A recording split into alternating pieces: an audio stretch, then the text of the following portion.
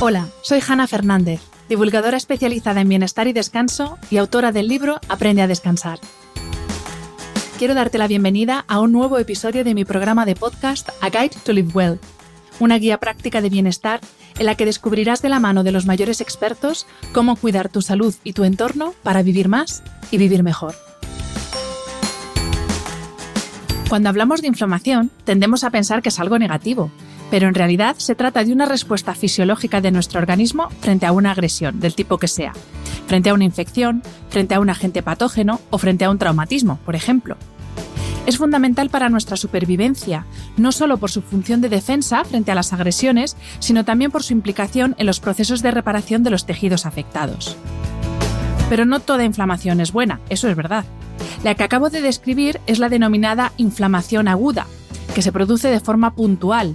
Es evidente, puesto que se hace visible a través de la hinchazón y el enrojecimiento de los tejidos, y tiene un objetivo claro: curar.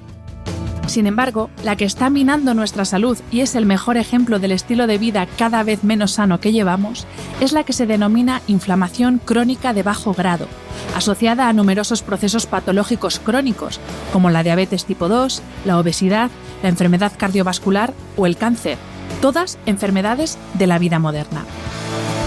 Hoy tengo el gustazo de contar en el podcast con Javier Fernández Ligero, dietista nutricionista y responsable de que algunas y algunos de nuestras y nuestros futbolistas de élite rindan a tope dentro y fuera del campo.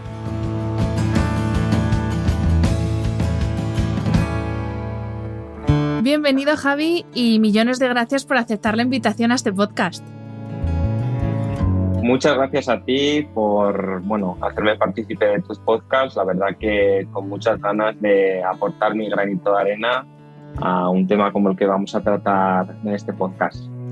Pues vamos a empezar explicando, si te parece, esto de lo que habla muchísima gente, que muchísima gente padecemos, yo me incluyo, que es la inflamación crónica de bajo grado. Entonces, explícanos, por favor, qué es esto y por qué es tan mala, cuando la inflamación en principio es una respuesta natural del organismo ante una agresión, pues ya puede ser una herida, un traumatismo, lo que sea. Entonces, ¿por qué esta inflamación concretamente es tan perjudicial para nuestro estado de salud?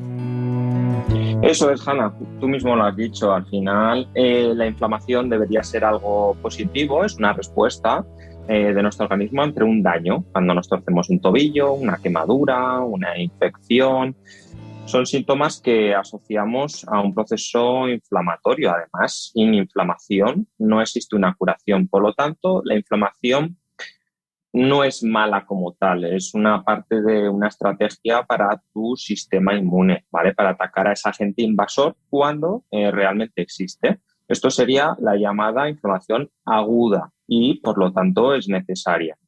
El problema, ¿cuándo viene? Cuando este proceso, por diferentes motivos, se mantiene constantemente activo.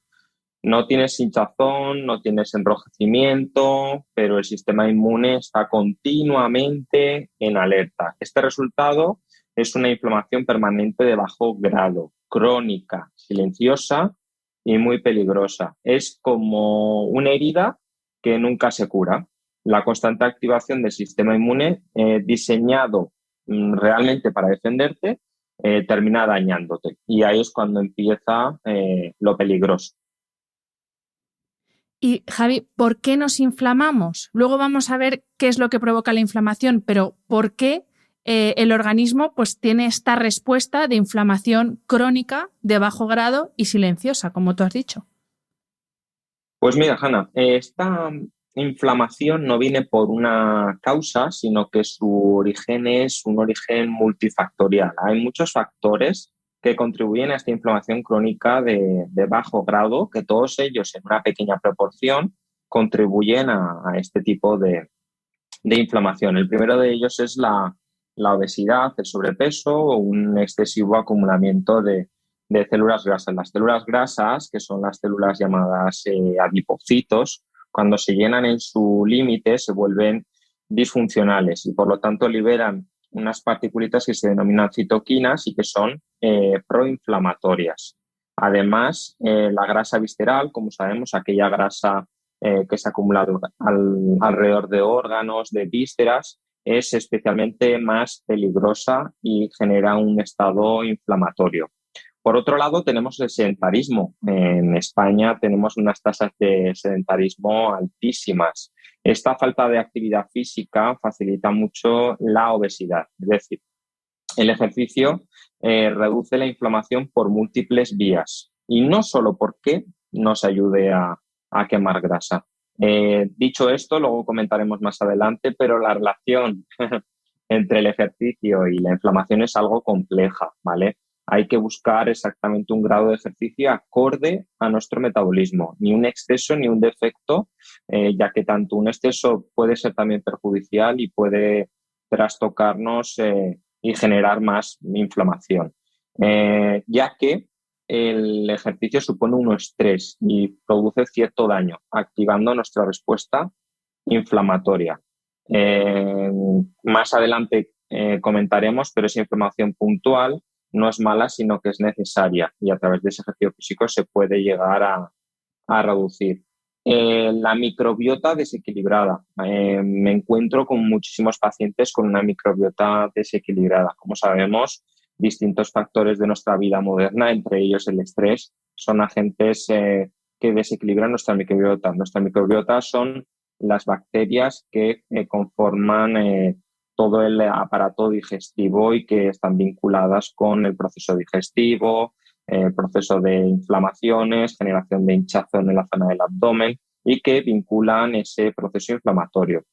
Por otra parte, una mala gestión de los nutrientes que ingerimos, un exceso de hidrato de carbono especialmente de tipo refinado, una mala gestión de dichos nutrientes y una carencia grande de fibra puede generar esa inflamación crónica de bajo grado, ya que una ingesta baja de fibra limita mucho la producción de butirato en el colon. El butirato es un ácido que facilita un poquito ese proceso inflamatorio.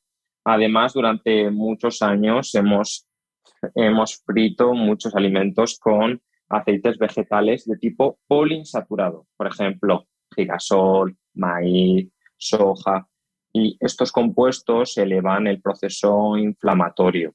Y perdona, Javi, a propósito de los aceites, el que ahora se recomienda, aparte del aceite de oliva virgen extra, que es la maravilla de las maravillas, pero también se recomienda cocinar con aceite de coco. En este caso, aceite de coco no nos provoca esa inflamación, entiendo, ¿no? Eso es, el aceite de coco no produciría ese tipo de inflamación siempre y cuando haya una buena práctica en la técnica culinaria, como con el aceite de oliva virgen extra. Pero, sin embargo, siempre hemos utilizado estos aceites vegetales de tipo poliinsaturado y, además, una de las cosas más peligrosas, hablando en términos inflamatorios, es la reutilización de ese aceite continuamente. Eso al final se ha asociado a mayores niveles de una inflamación de tipo vascular. Entonces, claro, es algo bastante perjudicial para la salud y es una práctica que hemos venido haciendo durante muchos años. Se supone que se sigue haciendo. Hay muchas personas que todavía y que se sigue reutilizan. haciendo. Sí, totalmente. Y efectivamente. Quería preguntarte, y también ya para enlazar con la siguiente pregunta, si primero, si la inflamación de bajo grado tiene un componente genético, o sea, si es algo que heredemos de padres a hijos, y si es dependiente de características como sexo, edad, porque sí que es verdad que muchas mujeres durante el periodo experimentamos una inflamación. Bueno, hay algunas mujeres que ni se enteran y otras mujeres que, sin embargo, nos inflamamos muchísimo. ¿Es este mismo tipo de inflamación o es otra inflamación fruto de ese desajuste hormonal? Entonces, tiene componente genético y luego hablemos, si te parece, de esa parte más relativa a sexo, edad, etcétera.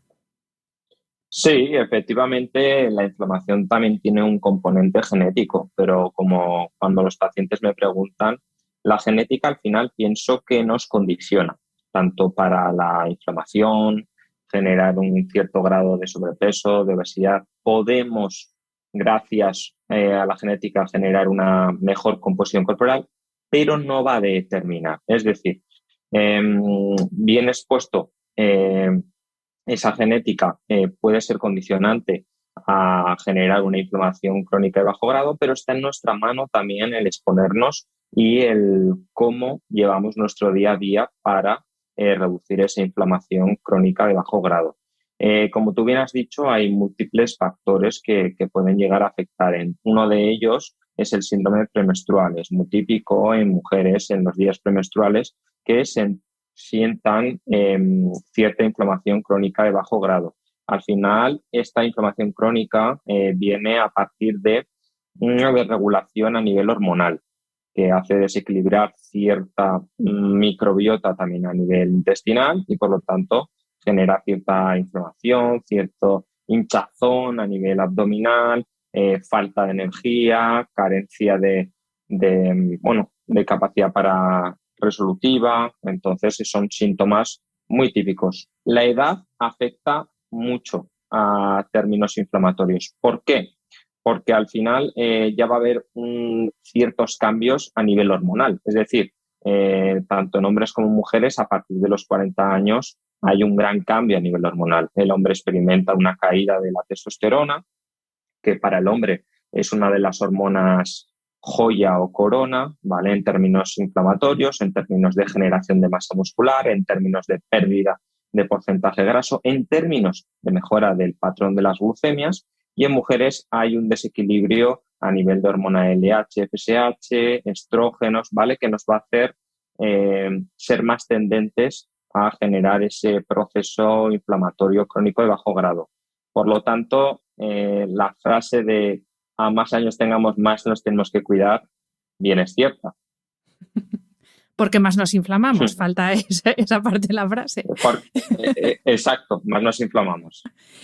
Antes has mencionado las harinas refinadas, hemos hablado de los aceites, pero quería preguntarte por los alimentos que son proinflamatorios, porque también en esto, como hay tantas corrientes nutricionales, por así decir, ya yo por lo menos estoy bastante perdida, porque, por ejemplo, los lácteos, ¿son proinflamatorios o no? La carne roja, hay determinadas tendencias dietéticas que las suben al altar y otras que es como veneno. El azúcar, que en esto parece ser que estamos más o menos todos de acuerdo, pero ¿qué pasa con el azúcar moreno? ¿Qué pasa con la miel? ¿Qué pasa con el eritritol, ¿no? Es lo que se utiliza, ¿sí? Para endulzar. Eso es, eritritol, xilitol. Bueno, entonces, ¿qué pasa con todos estos productos que realmente, según la tendencia dietética de quien los mencione, son maravillosos o son súper proinflamatorios? Entonces, arrójanos un poco de luz, Javi, sobre estos alimentos. Sí. Mira, con respecto a todos estos grupos de alimentos que mencionabas, claro está que al final van a condicionar mucho sobre nuestra inflamación. Pero mira, te diría que más allá de un alimento en sí no te va a generar una inflamación crónica de bajo grado. Claro está que la puede determinar, pero no la va a condicionar. ¿Por qué? Porque carne roja sí que es un alimento que mal utilizado en una praxis donde semanalmente hagamos un consumo abusivo de carne roja, probablemente nos genere cierto patrón inflamatorio. Así como, por ejemplo, el azúcar o el hidrato de carbono. El hidrato de carbono no es el malo de la película, pero un consumo de hidrato de carbono mal gestionado, que en gran parte de las personas que acuden a consulta veo que está mal gestionado, puede generar un proceso inflamatorio. Por ponerte un ejemplo, que más y que menos se levanta por la mañana, a las 7, las 8 de la mañana, y lo primero que hace nada más levantarse es tomarse un par de tostadas de pan blanco con mantequilla, mermelada. Ahí, claro está, estamos generando un pico de glucemia muy alto, donde nuestro cuerpo va a deber de secretar mucha insulina. Estos picos de glucosa de subidas y bajadas, que se llaman glucemia ascendiente de sierra. ¿Por qué? Porque a lo largo del día van a tener muchas subidas y bajadas, porque vamos a depender mucho de ese hidrato de carbono, van a generar un estado inflamatorio en nuestro metabolismo. Luego, claro está, hay alimentos que siempre bien gestionados, como por ejemplo son las frutas, las verduras, los alimentos ricos en omega 3, el aceite de oliva que antes hemos comentado, el té, la proteína de suero, son alimentos que bien utilizados y bien gestionados en nuestro día a día pueden reducir esa inflamación o al menos hacernos menos propensos a la misma.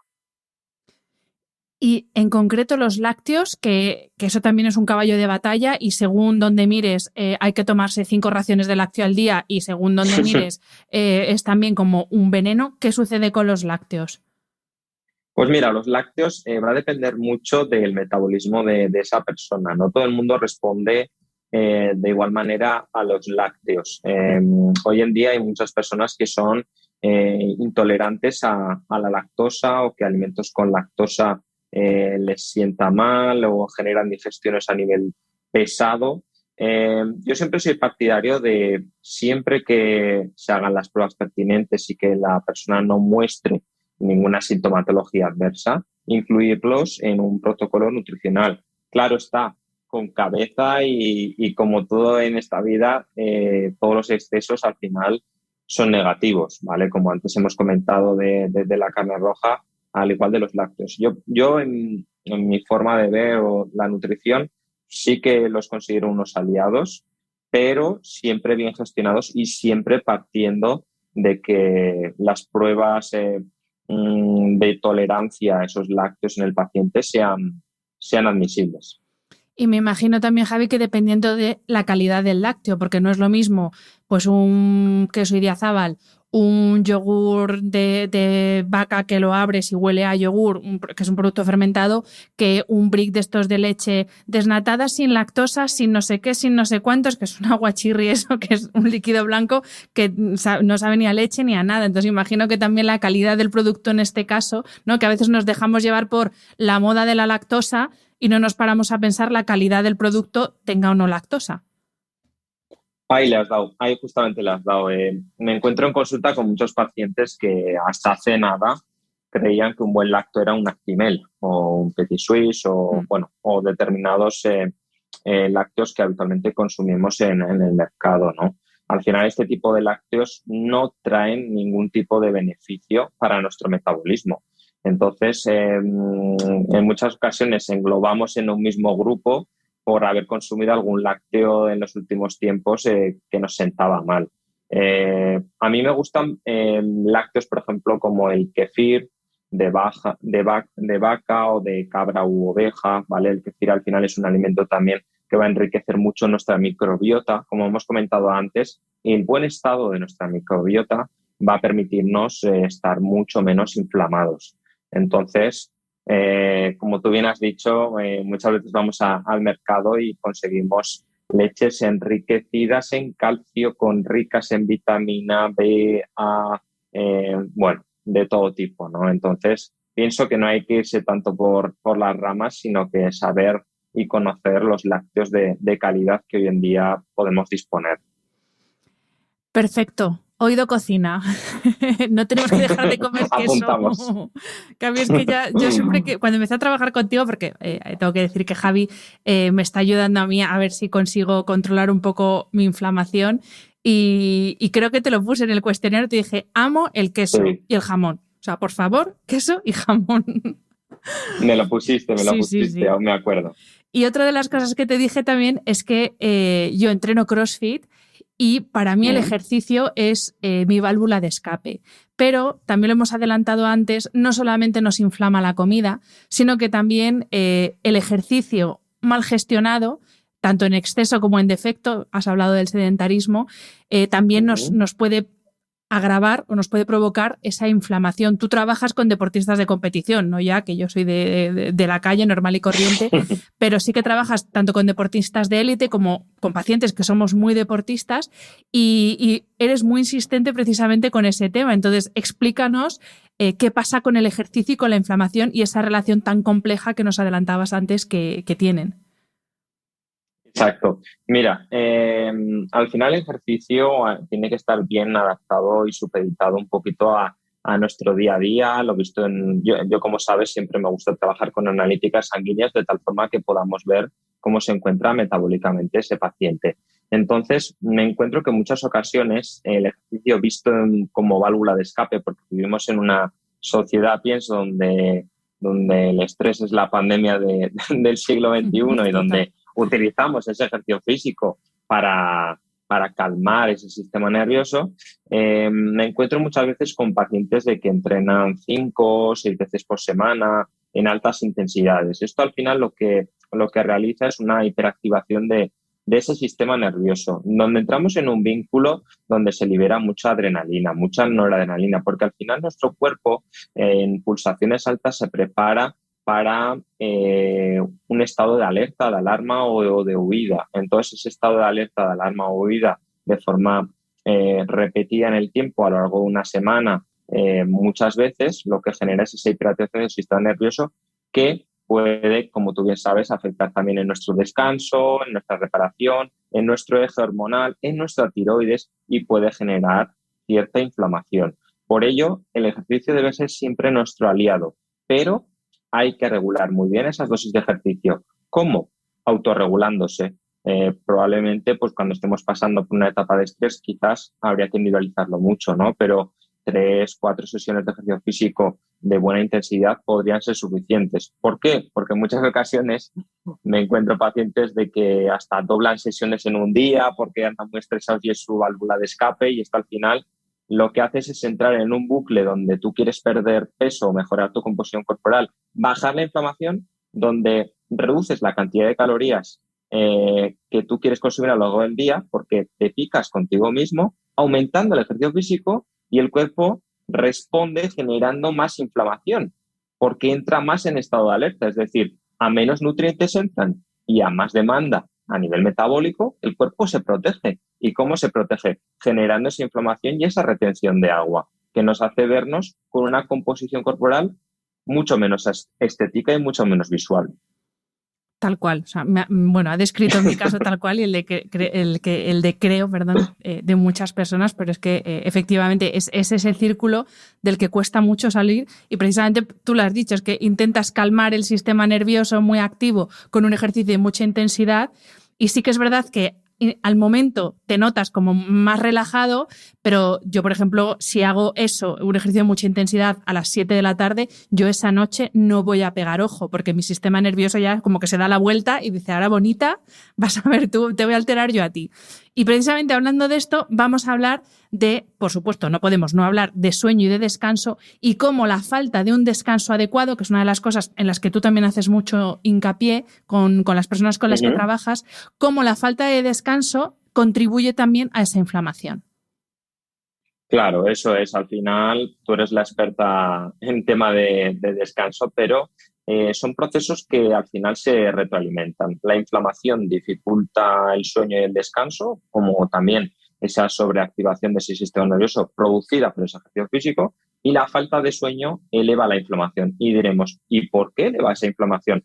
Pues porque la falta de sueño afecta sobre nuestras hormonas, afecta sobre la liberación de grelina, que está muy vinculada con el apetito. Y claro, si hay mayor liberación de grelina y tenemos más apetito, nos van a entrar más ganas también de generar pequeños antojitos a lo largo del día. Quizás ya no nos valen con esas 3 comidas al día, sino que queremos generar algún picoteo más, y especialmente de hidrato de carbono de tipo simple, unas galletitas, un trocito de pan, a media mañana o a media tarde, porque nuestro sistema nervioso está demasiado hiperactivado. Entonces, estamos retroalimentando esa inflamación que ya parte para generar aún pues, mayor descontrol de glucemias. Que como tú bien sabes, además, cuando un sueño no es de calidad o un descanso no es de calidad, las glucemias también al día siguiente son más inestables. Entonces, al final son procesos que se van retroalimentando entre ellos. ¿Y qué pasa, Javi, en el caso de personas que puede que nos estén escuchando y digan, bueno, pues yo no me mato en el gimnasio, entonces no entiendo por qué tengo esta inflamación que yo tengo si no me mato en el gimnasio, tampoco como excesivamente mal, duermo relativamente bien? Y es que no solamente el ejercicio, la comida o la falta de descanso nos inflaman. Hay otro estresor que es como la madre de todos los estresores, que es la mala gestión del estrés, es decir, esa parte emocional que hasta hace relativamente poco no se consideraba en los temas relativos al cuerpo. Estábamos como disociados, y ahora cada vez hay más profesionales como tú que entendéis que si lo que hay en la cabeza no está funcionando bien, el resto del cuerpo lo va a reflejar de alguna manera. Entonces, ¿cómo nos afecta, de nuevo, esa mala gestión emocional o mala gestión del estrés a la inflamación? Exacto, ahí lo has dado. Al final no siempre es necesario que exista una sobreactivación a nivel físico, sino que el estrés es uno de los grandes componentes que puede generar ese estado inflamatorio. Ante una amenaza, nuestro cuerpo se activa el llamado sistema nervioso simpático. Al final, este sistema nervioso simpático es responsable de una respuesta de lucha o huida, ¿vale? Entonces se eleva nuestra frecuencia cardíaca, nuestra presión sanguínea, los músculos se tensan, se dilatan las pupilas y por lo tanto hay una liberación también de citoquinas, que como hemos comentado antes son sustancias proinflamatorias. Eh, Al final es una respuesta a todo este estrés, toda esta sobreactivación del sistema nervioso, ya que lo único que quiere nuestro cuerpo es el estrés, realmente es necesario. ¿Por qué? Porque si no, no nos conseguiríamos levantar por la mañana, no llegaríamos a nuestras reuniones de trabajo, no estaríamos atentos frente a atender a nuestros clientes o pacientes, pero el problema viene cuando esto viene en un estado sobredesmedido, ¿no? Que ahí es donde viene la ansiedad o el estrés más de tipo crónico y genera esta inflamación. Al final genera desequilibrios en la microbiota, genera esa inflamación crónica de bajo grado, genera una desregulación a nivel de glucemias, nos hace depender más del hidrato de carbono para relajar ese sistema nervioso que tan alterado está. Entonces, claramente es uno de los factores que están muy vinculados con esa inflamación crónica de bajo grado. Y volviendo al tema de la nutrición, en este caso, una de las herramientas de las que más hablan muchos profesionales del ámbito de la nutrición es el ayuno.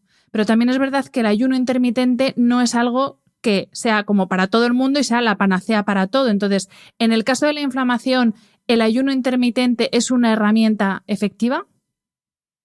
Exacto, tú bien lo has dicho. Al final, el ayuno intermitente es una herramienta nutricional más que hay que ver y estudiar realmente si en una persona y en ese contexto, para esa persona, realmente es idóneo. ¿Y qué tipo de ayuno intermitente? No es lo mismo un ayuno de 12 horas que 16, pero sí bien es cierto de que es una herramienta nutricional que claramente va a favorecer la reducción de la inflamación. Al final vamos a conseguir principalmente dos cosas. Una de las dos cosas es que el primero de ellos es que va a mejorar todo ese territorio a nivel intestinal. Al final, al dejar de consumir alimentos ciertas horas, le estamos dando como un cierto descanso a ese intestino, ¿vale? De tal forma que no se libere tanto ácido clorhídrico que se está generando por la fermentación de esos alimentos. Entonces, al final vivimos en una sociedad donde continuamente picoteamos y siempre nos has dicho, tienes que comer 5 veces al día, tienes que comer 6 veces al día, con lo cual nos pasamos el día realizando procesos digestivos. Esto también puede llegar a generar una inflamación y no va a favorecer la reposición de esa flora intestinal o esa microbiota intestinal. Y el segundo de los beneficios que tiene el ayuno intermitente en lo que se refiere al sistema inmune es la autofagia, es el proceso que comienza a partir de la última ingesta cuando se registra un cierto descenso en esa glucosa y tu organismo se siente la necesidad de buscar otros recursos energéticos. Es decir, la ruta nerviosa simpática se activa, se libera adrenalina, noradrenalina y dopamina. Por lo tanto, claramente el ayuno intermitente es una herramienta que favorecería a esa reducción de ese proceso inflamatorio. Y otra de las herramientas que si hay algún paciente tuyo escuchándonos le va a sonar seguro son las míticas caminatas de 40-45 minutos, si es posible por la mañana en ayunas y si no, pues antes de la cena. ¿Por qué caminar desinflama? Y esto también haciendo referencia a lo que hablamos antes del ejercicio, que es verdad que también ahora como que se está despreciando un poco el ejercicio, pues eso, que parece que caminar ya no vale para nada y caminar como complemento, al parecer, sí que ayuda, ¿no, Javi? Exacto, exacto. Tú bien lo has dicho, al final es algo que de primeras parece que si vamos a una consulta de un médico o de un nutricionista y si no nos manda a hacer CrossFit y pádel 7 veces por semana, parece que eso no va a funcionar, ¿no? Al final hay que ir regulando claramente qué tipo de ejercicio físico vamos realizando. ni solo caminar va a ser suficiente para mejorar nuestra salud, porque hay que incorporar ese ejercicio de fuerza, ni un ejercicio de fuerza desmedido va a beneficiar nuestra salud y nuestros valores energéticos sanguíneos, así como la inflamación. Pues bien, como tú bien has dicho, el simple hecho de caminar, salir a caminar a paso rápido por la mañana, en torno a 105, 110 pulsaciones por minuto, durante unos 40, 45 minutitos, no es más. Y si además esta caminata se realiza al aire libre mientras te da el sol, ¿para qué? Para que esos fotones puedan tocar la piel y al mismo tiempo vas a obtener los beneficios que nos da ese ejercicio. También vamos a controlar los biorritmos, porque claro, si a primera hora del día ya expones a la luz solar a tu cuerpo, vamos a modular ese sistema nervioso e inmune para que por la noche puedas liberar de una forma eficiente melatonina. Además, vamos a conseguir una mayor síntesis de vitamina D para que se eleve esa producción de adrenalina y de hormonas tiroideas. Es decir, caminando por la mañana en ayunas, vamos a activar nuestro metabolismo. Nuestro metabolismo va a detectar que es de día y por lo tanto va a arrancar. Por lo tanto, cuando llegue la noche y desaparezcan la luz del sol, nuestro cuerpo va a detectar que es hora de irse a dormir. Entonces, la correcta regulación de esos biorritmos va a favorecer que nuestra inflamación esté mucho más controlada. El problema viene cuando nos levantamos, no subimos ni la persiana, vamos corriendo al trabajo, nos sentamos frente a una pantalla, no nos hemos movido y luego pasamos un día donde generamos comidas que no están realmente condicionadas a nuestro día a día. Nos bebemos muchísimos cafés, que también es un factor también inflamatorio, estamos todo el tiempo sentados, llegamos a casa y nos tumbamos en la cama 1 hora y media, 2 horas frente a una pantalla y luego decimos, no duermo bien, no me siento inflamado, tengo estreñimiento, no consigo perder peso y mira que casi no como nada, ¿eh? Entonces pues ahí viene realmente el problema. ¿Y qué consecuencias a largo plazo tiene la inflamación de bajo grado? Porque claro, lo mismo alguien que nos escucha y dice, bueno, pues que estás más hinchado, bueno, pues vale, soportable, pero es que esto tiene consecuencias bastante más graves si no atajamos el problema de la inflamación de bajo grado a tiempo. ¿Qué consecuencias tiene a largo plazo? Exacto, tú bien lo has dicho. Al final, si esa inflamación crónica de bajo grado no se trata, podemos generar obesidad, podemos generar hinchazón, podemos generar una mala gestión de glucemias que puede llevar consigo a una prediabetes, podemos aumentar el riesgo cardiovascular. Entonces, siempre tenemos que prevenir mucho cualquier tipo de enfermedad. Entonces, si cambiamos nuestros hábitos desde que nos damos cuenta o desde ya un inicio, todo luego realmente va a ser mucho más fácil para prevenir cualquier tipo de enfermedad y luego evitar cualquier consumo de fármaco y demás y que ya se haga tarde. Una de las consecuencias que más, no tan a largo plazo, sino a medio plazo, de la inflamación de bajo grado es la resistencia a la insulina. Ya hemos hablado en algún episodio sobre esto, pero te quería pedir que nos vuelvas a explicar qué es la resistencia a la insulina y cómo es ese juego cortisol-insulina para que la gente entienda la importancia, o mejor dicho, para que la gente entienda por qué levantarse a las 6:30, 7 de la mañana y meterse 2 tostadas de pan blanco con mermelada, mantequilla y un café con 2 azucarillos de azúcar no es lo más indicado. Entonces, ¿nos puedes explicar, Javi, qué es la resistencia a la insulina, que si no se trata puede acabar derivando en una diabetes tipo 2, y cómo es ese juego cortisol-insulina en las mañanas? Eso es, como tú bien has explicado, el cortisol, la insulina, las glucemias juegan un papel muy importante en la inflamación crónica de bajo grado. De hecho, gran parte de los pacientes puedo observar en analíticas como el cortisol, que para los que nos estén escuchando, al final el cortisol se libera en una señal respuesta a nuestro estrés y es un factor neoglucogénico, es decir, que va a romper fibras musculares para generar glucosa, haciéndonos depender más de esa glucemia. Y ese cortisol se libera cuando hay un estrés desmodulado, tanto físico como emocional.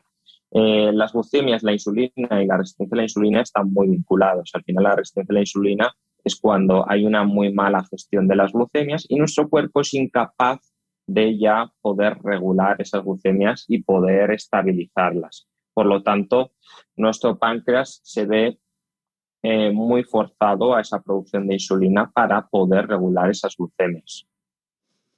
Comprendido, Javi. Otro de los términos de los que más estamos oyendo hablar ahora mismo, muy asociado a la inflamación, es el término inflammaging. ¿La inflamación nos hace envejecer más rápido y peor? No solo más rápido, sino que peor. Realmente sí, realmente nos hace envejecer peor. Al final, con el tiempo, las células se dañan y las células, unas son reemplazadas por otras. En este proceso de regeneración, algunas de las células sufren algunas mutaciones peligrosas y el sistema inmune las paraliza antes de que se puedan convertir en malignas. Muchas de estas células se eliminan, pero otras permanecen en estado como zombie, ni muertas ni realmente vivas. Estas células son las que realmente son senescentes y generan un proceso más de inflamación. Por lo tanto, la inflamación tiende más a elevarse con la edad y con ella todas las enfermedades asociadas a dicha inflamación. Esto vendría a ser el inflammaging.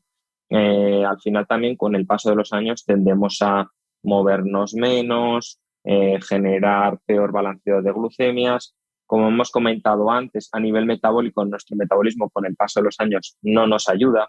¿Por qué? Porque suelen existir desregulaciones a niveles hormonales que favorecen también esta inflamación. Por lo tanto, cuanto más años pasen, más nos tenemos que ir cuidando. Que no quiere decir que no nos tenemos que cuidar desde un principio, ni mucho menos, porque cuanto antes tengamos claro cuáles deben ser nuestros hábitos, más lejano vamos a ver siempre este proceso inflamatorio.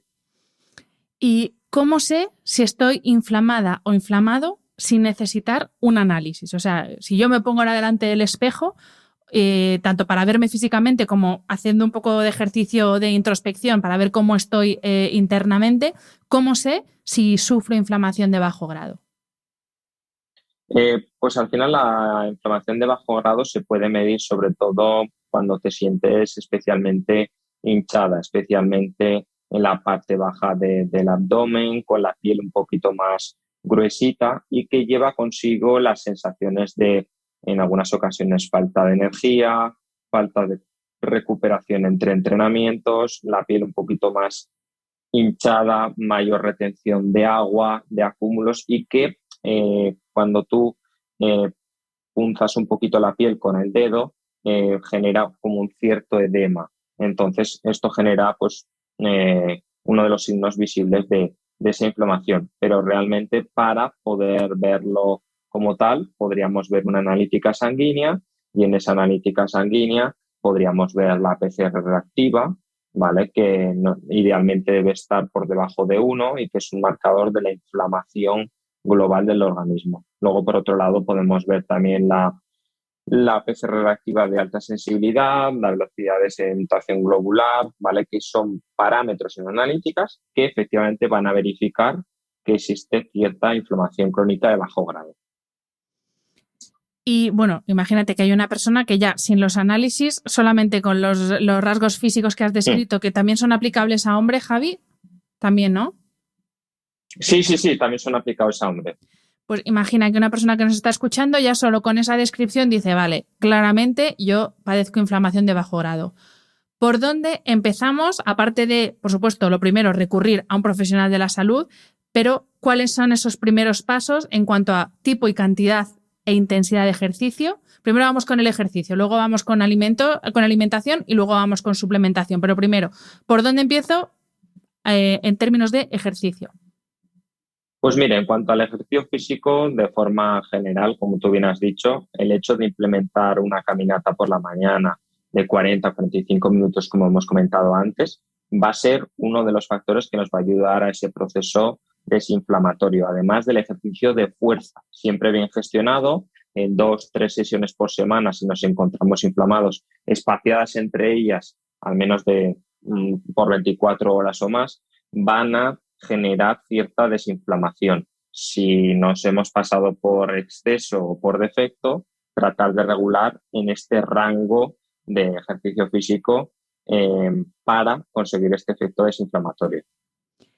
Vale, en cuanto a alimentación, ya hemos hablado antes de esos alimentos que debemos evitar porque son claramente proinflamatorios, pero se me ha olvidado preguntarte por las grasas, que por fin, después de años en la cultura del fat free, por fin se habla de la importancia para la salud, ya no solo física, sino también de nuestro cerebro, de consumir grasa, de comer grasa buena. Entonces, quería preguntarte por cómo es una alimentación o cómo debería ser nuestra alimentación incluyendo este nutriente tan importante. Y aquí sí me gustaría que nos hablaras de una suplementación que yo, por ejemplo, la estoy tomando y la verdad es que para mí ha sido un cambio radical, sobre todo en términos de concentración, que es la suplementación con DEA, que también está Instagram lleno de gente diciendo que toma DEA. Pues antes de comprarnos cualquier cosa por ahí, vamos a ver esto para qué sirve. Eso es, tú bien lo has dicho. Al final, las grasas son muy útiles en estados inflamatorios. ¿Por qué? Porque por un lado van a modular mucho nuestras glucemias. Al final, las grasas son alimentos que nos van a permitir saciarnos, que nos van a permitir también salir de ese ciclo donde picoteamos demasiado y dependemos mucho del hidrato de carbono. Y por otro lado, van a aportar ese omega 3 necesario también para nuestro metabolismo y el correcto balanceo de ese eje hormonal.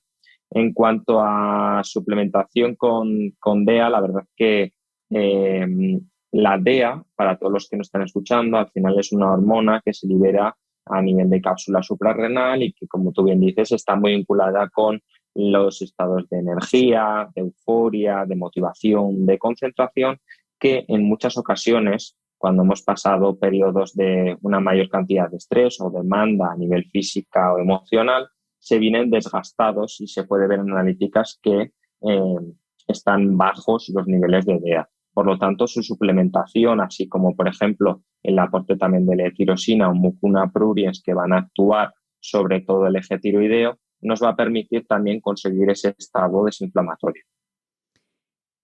Y siguiendo con el tema suplementación, en momentos, por ejemplo, de falta de energía, pues lo típico que se dice es, pues tómate un multivitamínico de estos de farmacia cualquiera, ¿no? Toma vitamina C, toma vitaminas.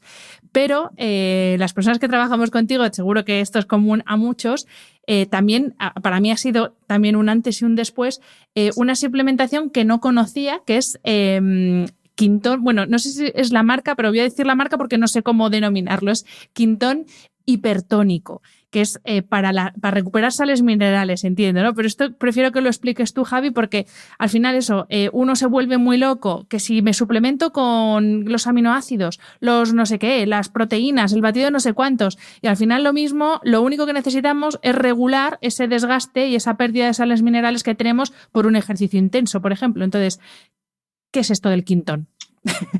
Eso es, ahí le has dado. El Quintón hipertónico, como tú bien dices, la marca es Agua de Mar, ¿vale? Donde engloban. Al final, para mí, es uno de los suplementos más importantes y, como todos los pacientes que me estén escuchando, uno de los más utilizados en mi consulta. Son sales minerales. Cuando empezamos a desinflamar una persona, para mí, son fundamentales. Cuando empiezas a desinflamar, pierdes líquido rápidamente, eliminas muchos minerales y de ahí que a los 4 o 5 días la persona pueda desplomarse, sentir falta de energía, especialmente cuando retiramos un poquito la pauta de hidrato de carbono y le estamos ayudando a esa persona a salir de ese círculo vicioso un poquito con el hidrato de carbono de índice glucémico alto, pues presenta un desplome de la presión arterial, puede presentar cansancio, lipotimia, algunos calambres. Es por ello que el agua de mar es un excelente suplemento porque tiene hasta 84 minerales que son al final biodisponibles y que entran directamente a través de nuestra mucosa intestinal, con la relación sodio y potasio exactamente igual a la que tenemos nosotros en el metabolismo. Entonces, por lo tanto, nos va a permitir mantener una presión arterial correcta, un balance de minerales correcto, una energía correcta, que en muchas ocasiones está muy vinculada con esa concentración, con ese foco cognitivo que está muy influenciado en las primeras horas del día. Dejaré de todas formas en las notas del episodio enlace a estos suplementos para quien quiera saber más, que sepáis, que tengáis ahí la información. Pues vamos a terminar ya la entrevista, Javi. Te voy a hacer la última pregunta. Hemos hablado de sueño y de descanso a lo largo de la entrevista en distintos momentos, pero sí que me gustaría que para cerrar la entrevista nos hablaras de la importancia que tiene dormir, el hecho físico de dormir, para todo, o sea, para nuestro metabolismo, para mantener un peso saludable, para rendir físicamente. Como he dicho antes, tú trabajas con deportistas de élite. ¿Qué importancia tiene dormir y qué consecuencias ves tú en tu práctica diaria que tiene no dormir y no descansar adecuadamente en tus pacientes? A todos los niveles, físicamente, cognitivamente, emocionalmente, a todos los niveles. Eso es, como tú bien has dicho, dormir es algo fundamental y pienso que dormir no es lo mismo que descansar. Al final, la falta de horas de sueño genera una tensión física y emocional que genera cierta inflamación natural del cuerpo.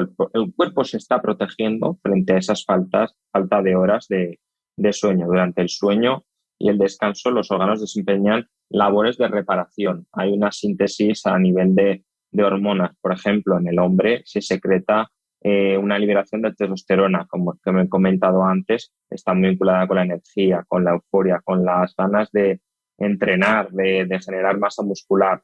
La mala costumbre de trasnochar o dormir menos de 8 horas diarias o de 7 puede a medio o largo plazo originar problemas de salud como resultado de esa inflamación. Influye al final mucho. Si tú descansas bien, hay una buena liberación de la hormona T4 para que esa hormona T4, que es hormona tiroidea, posteriormente tenga su correcta conversión a hormona T3. La hormona T3 a nivel tiroideo es la fracción activa, que es la que está vinculada con la energía, con la euforia, con la concentración, con las ganas de hacer cosas, con la sensación de levantarte de la cama y irte a comer el día que se te viene por delante, no el posponer el despertador 10, 15 veces o 5 veces porque no tenemos energía. Esa sensación es significativa de que algo va mal, o una mala regulación a nivel hormonal o de energía, o que el descanso no ha sido el correcto. Si descansas peor, como he comentado, afecta al metabolismo, provocando, por ejemplo, una menor liberación de hormonas como la testosterona, que al final se libera por la noche. La liberación de insulina también se ve afectada, por lo tanto las glucemias se ven afectadas. Hay una mayor liberación de grelina que por lo tanto nos va a hacer picotear más al día siguiente. Por lo tanto, el descanso es fundamental. Es algo fundamental. Podemos entrenar perfectamente, podemos comer como reyes, podemos llevar los mejores suplementos de mercados, que nada va a funcionar si no descansamos. Pues nada más que añadir, solo una frase que yo uso mucho, que es que el sueño es la navaja suiza de la salud. Y es que es tal cual, tú lo has dicho, es que puedes estar comiendo súper bien, haciendo el ejercicio que tienes que hacer, pero si no hay un descanso y una recuperación nocturna, pues te va a servir de muy poco todo eso que haces. Así es. Totalmente. Pues Javi, infinitas gracias por tu tiempo, por habernos arrojado un poco más de luz sobre este mal que nos afecta a tantas personas, que es la inflamación de bajo grado. Y bueno, pues como siempre ya habéis visto que esto no depende de una sola variable, que como somos un todo y está todo relacionado con todo, pues al final tenemos que cuidar no solo lo que comemos, lo que nos movemos, lo que dormimos, sino también lo que pensamos, porque hay pensamientos o mala gestión de los pensamientos que también nos inflama. Así que, Javi, muchísimas gracias. Ha sido un placer. Millones de gracias a ti. Tenía muchas ganas de poder aportar mi granito de arena a tus maravillosos podcasts y ha sido un placer hacerlo de tu mano. Así que espero que les ayude a todas las personas que lo escuchen y nos vemos en los próximos. Y por supuesto, quien quiera hablar con Javi porque necesite ayuda, porque no sepa para dónde tirar, podéis encontrarle en Instagram como NutriLigero. Os lo dejo también en las notas del episodio para que podáis contactar con él. Millones de gracias, Javi. Un abrazo. A ti por todo. Espero que hayas disfrutado del episodio. Este programa de podcast es independiente y en abierto gracias al apoyo económico de marcas que apuestan por mi trabajo y confían en mí para ayudarles a comunicar su mensaje. Los expertos que aceptan mi invitación a intervenir en este programa no tienen ningún tipo de vinculación con dichas marcas a menos que se especifique lo contrario. y todo el contenido de mi podcast, página web y redes sociales que haya sido patrocinado irá acreditado como tal. Gracias por ayudarme a que este proyecto siga siendo viable e independiente visitando la web de mis anunciantes, dejando reseñas, comentarios y valoraciones en las distintas plataformas de reproducción y compartiendo mi contenido en tus redes sociales. Mil gracias por estar al otro lado. Nos escuchamos en el próximo episodio.